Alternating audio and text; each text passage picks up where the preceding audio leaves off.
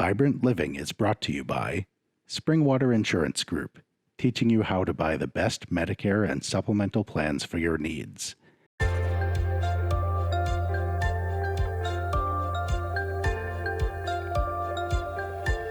Hi, my name is Darrell Dickinson. I'm a board member at the Wenatchee Valley Senior Activity Center, and it's my pleasure to be able to host today's session of Vibrant Living. And Vibrant Living, as you know, is the program that we're on now, but we have two movie stars with us today that have their own program, their own show, and it's called Vibrant Motion.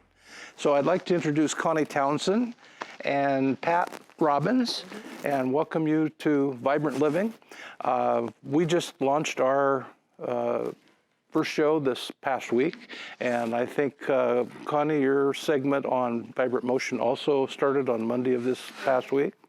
And so we'll be getting to your segment, Pat. Pat, you're specializing in Tai Chi, as I recall.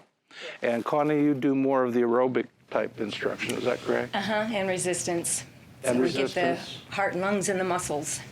Tell me more about resistance. What does that mean? Oh, weightlifting is another word for it, where you use either a weighted object to work the muscles or maybe bands.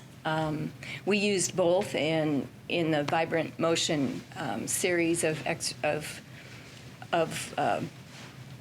classes. I picked something that everybody had at home, so you could use a rock, a water bottle, a bungee cord, something that you can find in your own house. And so we didn't want to have people have to run out and buy a lot of equipment. So we used simple tools to work our muscles, but we also did a lot of moving around to get the heart rate up. Great.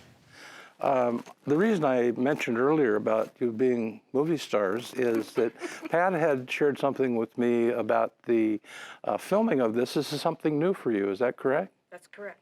And how did that feel or go for you? You want me to say scary again? Yes. It was scary. Just leading up, I had to have some of the people from my classes come and practice out in the parking lot with me, and then actually doing the class with somebody and a film walking around, and trying to keep your mouth so that it was not stuttering or making miscues, trying to give the information you wanted to get across in a timely, efficient, something that they can comprehend, and yet It's a lot of pressure. Yes. Yeah. That's what we've been trying to tell you. Yeah. It is. Yes. I understand. Well, we thank you for doing that, because our viewing audience now is going to be able to enjoy and appreciate the work that you do. Let's go back and talk about how it used to be compared to what we're facing today with COVID-19 and being restricted. But both of you have worked here at the Senior Activity Center providing classes for some time, right? And so why don't we start with you, Connie, and tell us a little bit about, what you've done in the past with aerobics or any other things that you've been involved with. Fitness has been a part of my life from early on. In fact, my husband and I were able to fall into an opportunity years ago to actually own a little neighborhood gym, and so we got a chance to even learn how to be owners and operators of a gym. And at that time, that's when I started learning how to teach classes, and in several different places that we've lived after that, I was able to get in with their local health clubs and teach and get more experience teaching. We came back to this valley, having grown up in Waterville. We had to leave for many years for careers, and when we got back to this valley, I was able to start working at the Wenatchee Racquet and Athletic Club. And I taught classes there and was a personal trainer there, still am.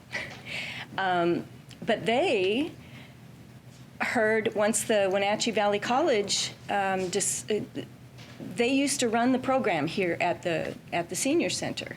It used to be a class that they offered to people, and they would sign up through the college and then work out here. And they couldn't do that anymore. And so the RAC decided to start sending folks over here. And that's got to be about 13 years ago that I was sent over to be. You've been here ever since. And I've been here ever since. And I started with one class here, and now I teach, or I used to up until March, teach 3 classes in a row, Monday, Wednesday, and Friday. We do an aerobics sort of moving class with some resistance and toning.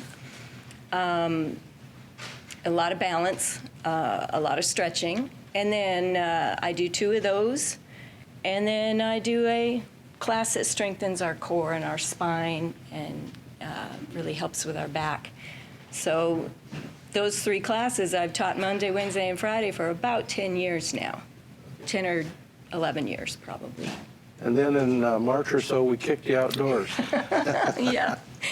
Yeah, that was really sad because I've had up to 30 students in some of those classes. And when they come in, it's not just about the exercise, it's about the social interaction, the friendships. It's so cool to see over the years how people leave in 2s and 3s to go have coffee, go to a movie, go for a walk on the loop trail. Relationships have formed. And so that was the hardest thing to see kind of fall by the wayside, is the opportunity for people to get together on their regular basis for their social time. And so it's really been, we all miss it very, very much. And I grabbed a few students to help me with these videos, and they were thrilled. They weren't even worried about being on TV. They couldn't wait to get back and exercise together as a group. Sure. So it was neat. We also are broadcasting longer versions of, for example, this interview and other classes that people can access by going to the Senior Activity Center website and Facebook page, and we'll have things posted there. So people can look at things in their own time frame and the whole version. Good. Thank you both for being here today. Oh, thank you. Hopefully we'll see you back here in person before too long. I hope so. Yes. We miss it. Yes. All right. Well, thank you so much. Thank you.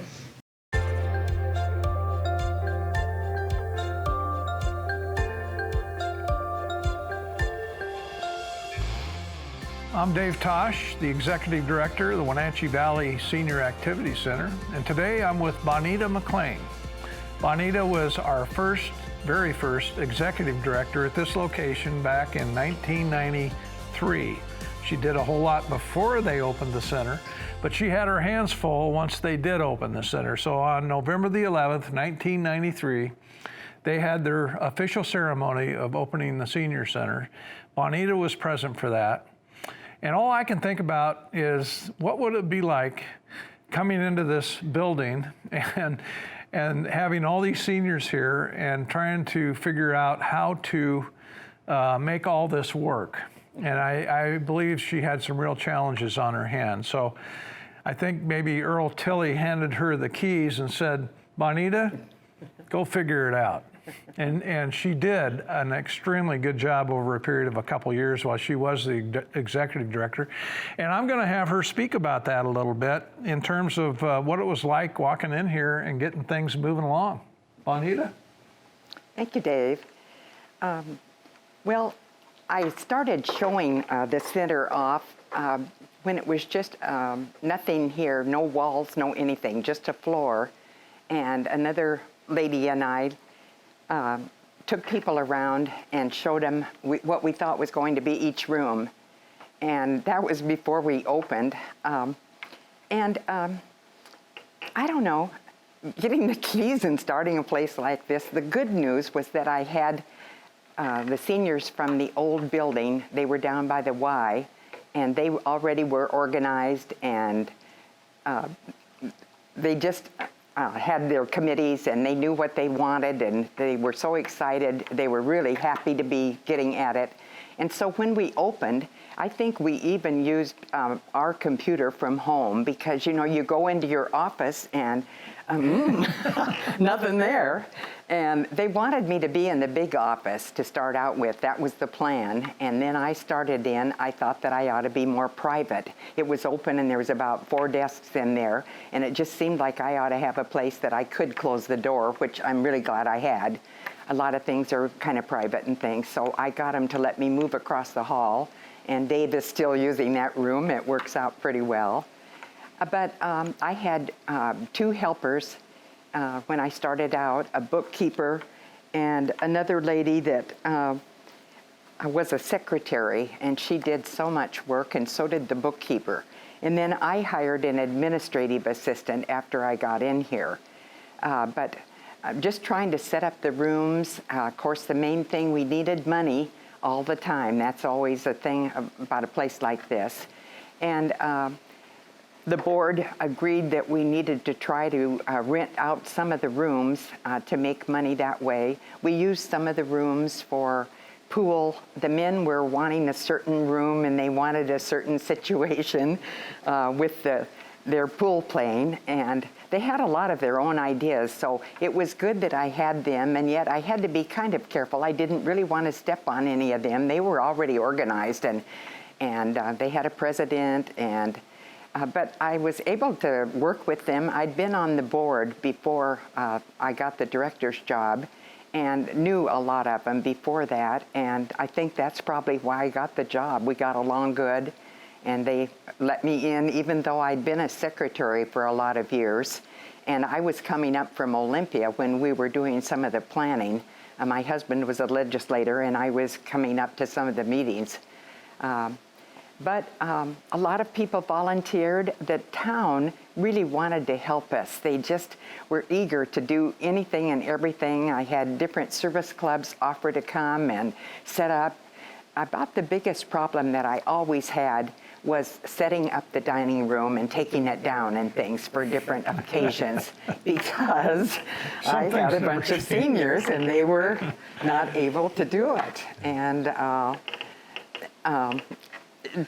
don't know, it just seemed like we wanted to have as many functions as we could. One of the ladies came into my office one day that loved bingo, and she was a big bingo player, and she said, if you're going to start bingo, you need to do it professionally or they won't come.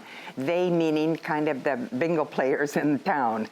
And so we did. We hired a caller, and let's see, we had, I think about 3 people that we hired. Yeah, a professional caller, an assistant manager, and a pull tab manager, and we paid them. They were experts, and she helped me get them.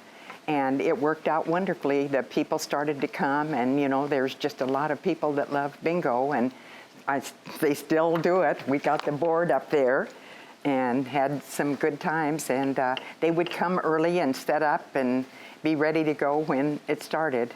I had a wonderful cook. I was really lucky. And so we decided we would have Sunday brunches. And it was just wonderful. She was such a wonderful cook, and she had a helper or 2, and then a lot of, it was mostly volunteers. Everybody was so good to try to help any way they could. I wanted to thank you also for the help you provided me when I first got here. I got here, I think it was in July of, and I know the year was 2013.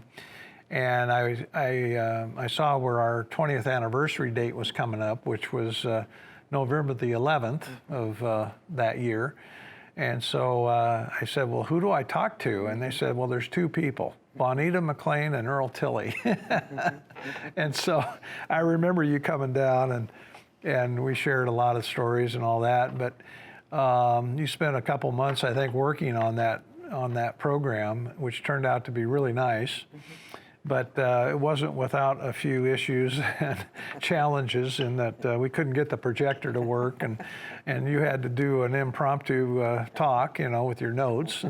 But it all worked out great, and I think over the years we've done a lot of things that way. I do too. You know. We had some good speakers and things. Now an awful lot of the original people have passed and that kind of thing, but it was really some good people that were involved in it all. Well, I remember we had Carl Campbell here that day. We had Dr. Bill Stewart, the former president of the college, was here that day, and the primary fundraiser. So there were still, there's still quite a few folks that were able to come that day, and I thought it was very nice to recognize them. The crew that we had, the builder and all the different ones that worked on it, were great to work with too. I was kind of on board during a lot of that, and it just seemed like everything went real smooth.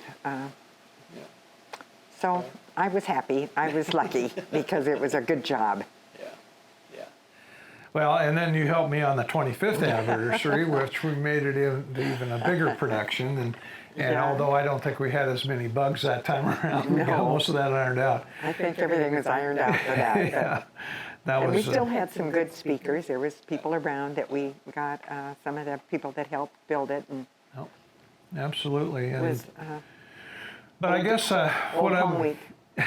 There you go, and that's how I look at this place. But I just want to thank you so much for what you've done for us over the years, not only being the first executive director, but whenever I needed some history or some background information or a name, you always were able to come through for me. And that's important to have that kind of continuity, I think. It's hard to do. I know it is. It's worked out really well. We've had a good relationship, and I've been happy to help whenever I could. Thank you so much, Bonita. You're welcome. Yep. Hi, I'm Jim Heinlein, and what I want to do now is move on in our Medicare education to the blue side of the page. Now, we've discussed the green side and the 3 boxes. What's different about the blue side is it's one company bringing all the benefits of Medicare to you. So Medicare A, B, and D is a package, or they call it all-in-one plans. Now, these all-in-one plans, they must do all the coverage of Medicare, but the extras that they're allowed, or ancillary benefits like dental, vision, hearing, health club memberships, those are all exciting, but it's so important to understand it's still Medicare. Now, when it comes to the blue side and the green side, there is a suitability issue. And if you'd like to find out what side of the page is appropriate for you, give us a call at Springwater Insurance Group and we can cover that with you. Because this is the time of the year to decide, do I want my coverage on the blue side or the green side of the page? You can give us a call at Springwater Insurance Group. Our phone number is 888-2600, and we'll have about a 15 to 30-minute appointment, depending on your questions, and we'll help you make that decision.